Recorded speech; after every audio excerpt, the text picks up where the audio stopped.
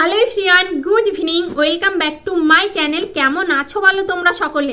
আশা করছি খুব খুব খুব ভালো আছো। আর আমি কিন্তু একটু ভালো আছি, কেননা ঠান্ডাতে অবস্থা পুরো খারাপ হয়ে যাচ্ছে। প্রত্যেক বছর যখন জাকিয়ে ঠান্ডা পড়ে আমার একটাই কথা মাথায় আসে যে এই বছরের মতো ঠান্ডা বোধহয় আর কোনো বছর পড়ে না।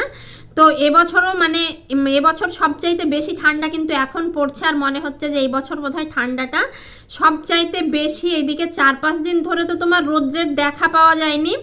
আজকে রৌদ্রকে দেখতে পেয়ে কি যে খুশি, মানে কোনো জিনিস দেখবে সহজে পেয়ে গেলে তার মানে মূল্য থাকে না, বলে না? তো সেই রৌদ্র দেখেও যে মানুষ এত খুশি হয় সেটা আমাকে না দেখলে আজ বুঝতে না।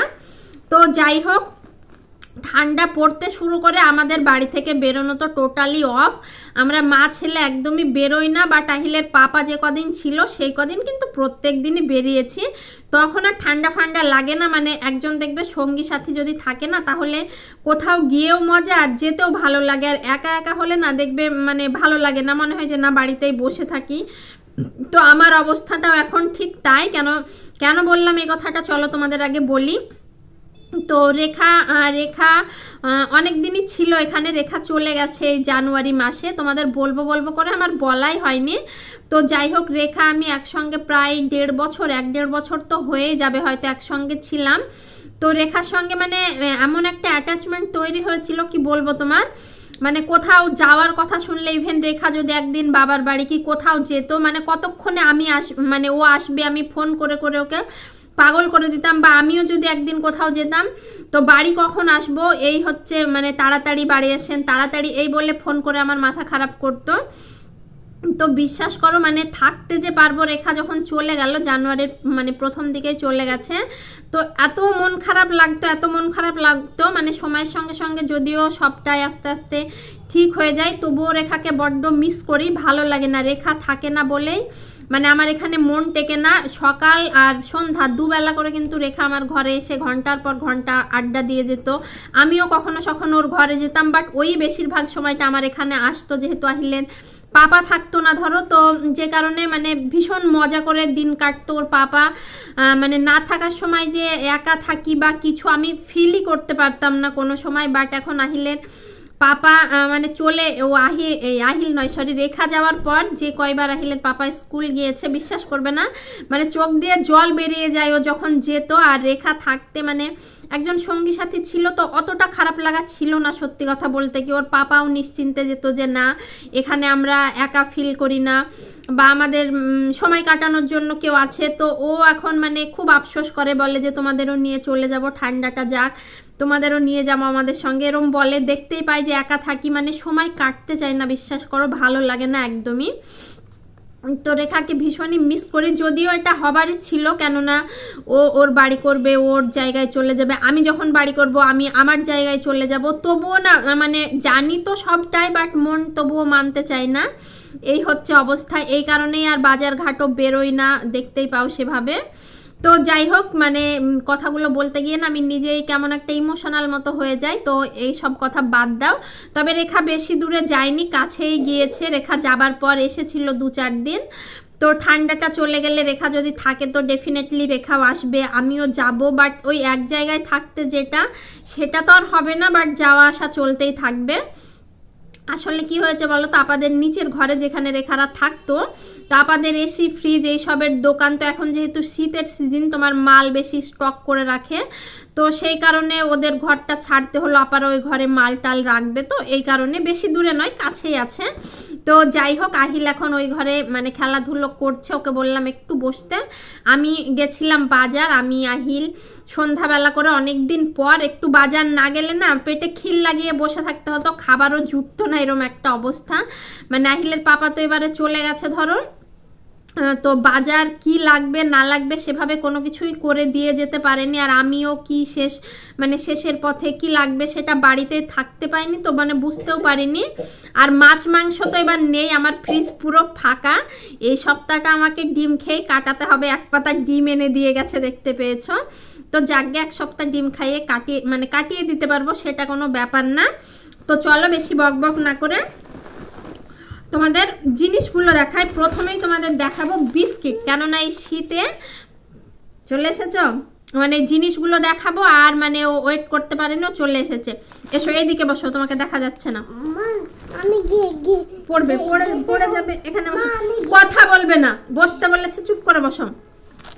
তো শীতের সন্ধ্যায় যেটা বলছিলাম, এই মানে বিস্কিট না হলে কিন্তু একদমই চলছে না। সকাল সন্ধ্যা দুবেলা করে চা, আর তার সঙ্গে চায়ে ডুবিয়ে ডুবিয়ে বিস্কিট খেতে কি যে ভালো লাগছে। আর আহিলের এই বিস্কিটটা না, আহিলের পছন্দ এটার চাইতেও। এই যে দেখছো টোস্ট, এটা আমারও ভালো লাগে চায়ে মানে ডুবিয়ে ডুবিয়ে খেতে না। টোস্ট আসলেই অনেক মজার। কেমন খেতে গো এটা? Wow, looking like a wow, just looking like a wow, so beautiful, so elegant, just looking like a wow. না এখন নাচ করতে হবে না। তো চলো তারপরে তোমাদের দেখাই। এই যে আরো একটা মানে সবচাইতে কি বলবো ভালো জিনিস এনেছি, সেটা হচ্ছে এই আমুলের দুধটা। তো আহিল মানে 2-4 দিন ধরে বলছে দুধ চা খাবো, দুধ চা খাবো, বাট ওর দুধ তো খাওয়া যাবে না এখন। ডিমটা তবু একটা দিয়েছি আজ সকালবেলা। মুখের এটা যদিও অনেকটা কমে গেছে, তো হোমিও ওষুধে না ওর কোনো কাজ হয় না, তো হোমিও ওষুধ এনেছিলাম।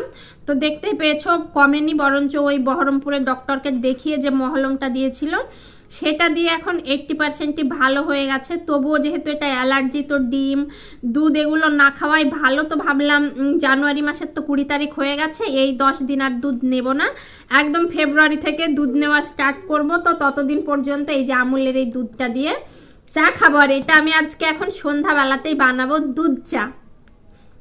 মা বেলা আছে তো? হ্যাঁ অনেক আছে।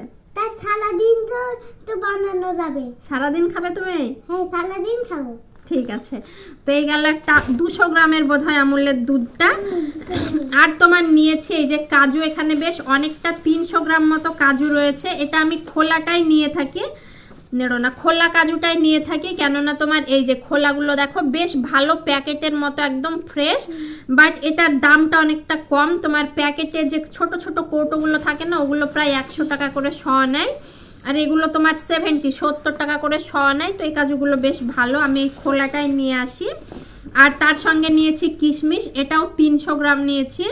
1 কিলোর প্যাকেট ছিল তোমার। তো কিশমিশ খাওয়ার বাড়িতে অত লোক নেই, যে কারণে আমি 300 নিয়েছি। প্রচুর ঠান্ডা, বিশ্বাস করো হাত একদম পুরো বরফের মতো। হাত দিও না, ঠান্ডা লেগে যাবে। কেমন ঠান্ডা? তো ঠান্ডা লেগে হাতে প্রচুর ঠান্ডা। এই যে আহিলের ঠান্ডা লেগেছে। কি করে ঠান্ডা লাগিয়েছো বলো? একদিন আমি বাবা তখন এসকাতে রাত্রিটা তখন ঘুমাতে দিয়েছিলাম, প্যান্টে হিসু করে দিয়েছিল আহিল না। এদিকে অনেকদিন তোমার হিসু করেনি, তো এদিকে 2-3 দিন হলো হঠাৎ দেখছো বিছানায় হিসু করে দিয়েছে। মানে প্রচন্ড ঠান্ডাতে দেখবে বাচ্চারা হিসু বেশি করে, তো মানে ও হিসু করে শুয়েছে। আমি ওকে আর তুলিনি, প্রত্যেকদিন যেভাবে ঘুমোয় ওর হিসু মানে পেলে না ও নিজেই ওঠে বলে যে মাম্মাম হিসু করব, সে রাত্রি 2টো হোক বা 3টে হোক। তো দেখছি বিছানাতে তো করেছে, করে ভয়ে আমাকে বলেনি। ওই হিসুতে সারা রাত্রি শুয়ে পুরো ঠান্ডা লেগে গেছে, পুরো ভেজাটা ধরো মানে পুরো ভেজা ছিল একদম সকাল পর্যন্ত, যে কারণে ঠান্ডাটা বেশি লেগে গেছে। বলো হাত দিলে ঠান্ডা লেগে যাবে। ঠান্ডা লেগে যাবে না? আর এই যে এখানে রয়েছে তোমার চিনি। শুধু চা খেলে তো হবে না, চা খেতে গেলে চিনি লাগবে। তো এখানে তোমার 1.5 কিলো মতো নিয়ে এসেছি চিনি। আর ঠিক আছে, এখানে একটা সাবান নিয়েছি থালা বাসন পরিষ্কার করা। আর নিয়েছি তোমার 1 প্যাকেট জিরে। আর একটা জিনিস ভুল করে নিয়ে চলে এসেছি, সেটাই যে এই সিমুইটা নিয়ে এসেছি। তো এটার এখন কোনো কাজ নেই, কেননা দুধ যতদিন না নিচ্ছি ধরো এই সিমুইটা পড়েই থাকবে। মনে নেই যে দুধ নিচ্ছি না। আমার না ওই মানে দোকানে কিনতে গেলে আমি সিমুই খেতে প্রচণ্ড ভালোবাসি, তো এইটার দিকে আমার আগে চোখ যায়। তো যাই হোক, যখন দুধ নেব তখন বানানো যাবে। নিয়ে এখন রেখে দিলাম, এটা নেড়ো না। তো চলো, ঠান্ডাতে মানে বাজার থেকে এসে পুরো হাত পা একদম শিক হয়ে গেছে, এখন একটু একদম ঠান্ডা বরফ। তো এখন চাটা একটু মানে লেপের ভিতর ঢুকে বসে বসে এনজয় করব, তাহলে যদি ঠান্ডাটা কাটে। তো চলো আজকের ভিডিওটা এখানেই শেষ করছি, দেখা হবে নেক্সট কোনো ভিডিওতে। ততক্ষণ পর্যন্ত ভালো থেকো, সুস্থ থেকো। আর কেমন লাগলো আমার আজকের ভিডিওটা অবশ্যই কমেন্ট করে জানিও। যদি ভালো লাগে লাইক কমেন্ট শেয়ার করে দিও। টাটা।